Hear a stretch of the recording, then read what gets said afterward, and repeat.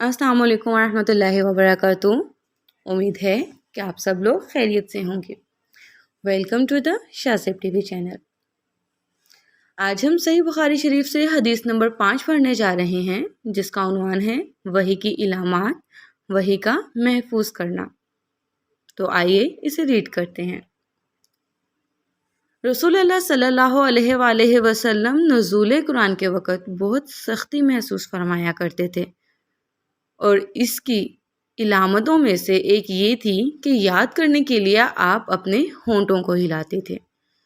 इब्ने अब्बास ने कहा, मैं अपने होंठ हिलाता हूँ जिस तरह आप हिलाते थे। सईद कहते हैं कि मैं भी अपने होंठों को हिलाता हूँ जिस तरह इब्ने अब्बास को मैंने हिलाते देखा। फिर उन्होंने अपने होंठ हिलाए। फिर ये आयत उतरी कि ए मुहम्मद, कुरान को जल्द जल्द याद करने के लिए अपनी ज़ुबान ना हिलाओ, इसका जमा कर देना और पढ़ा देना हमारा ज़िम्मा है। इब्ने अब्बास कहते हैं, यानी कुरान आप सल्लल्लाहु अलैहि वसल्लम के दिल में जमा देना और पढ़ा देना हमारे ज़िम्मा है। फिर जब हमने पढ़ लिया तो उस पढ़े हुए की इत्तबा करो।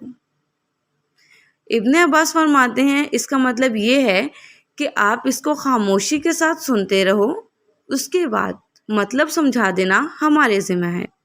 फिर यकीनन ये हमारी ज़िम्मेदारी है कि आप इसको पढ़ो, यानी इसको महफूज कर सको।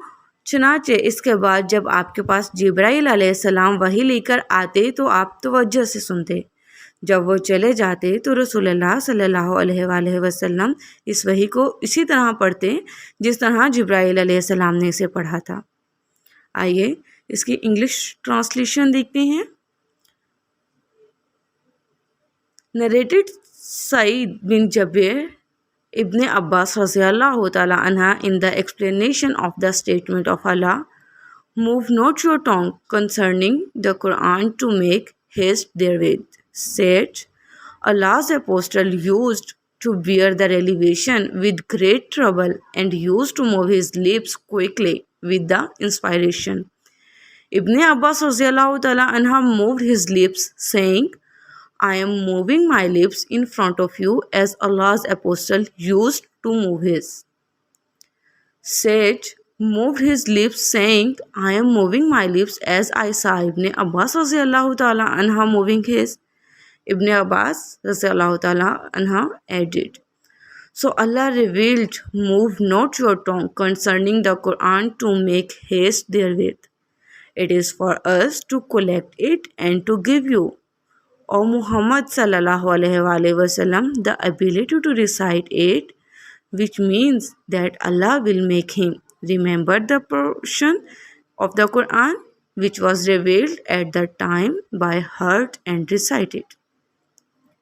The statement of Allah, and when we have recited it to you, O Muhammad sallallahu alaihi wasallam, through Jibreel alayhi salam, then you follow it. Recital means listen to it and be silent. Then it is for us to make it clear to you, means then it is to make you recite it, and its meaning will be clear by itself through your tongue. Afterwards, Allah's apostle used to listen to Jibreel alayhi salam whenever he came, and after his departure, he used to recite it at Jibreel alayhi salam had received it. मुअज़्ज़िज़ सामईन, ये थी हदीस number 5। इंशाल्लाह फिर मुलाकात होगी हदीस number 6 के साथ। तब तक अपना ख्याल रखिएगा, और अगर अभी तक आपने हमारा चैनल सब्सक्राइब नहीं किया है तो इसे सब्सक्राइब करें, लाइक करें, शेयर करें, कमेंट करें और अपनी मोहब्बत का इजहार करें। ख्याल रखिएगा। अल्लाह हाफ़िज़।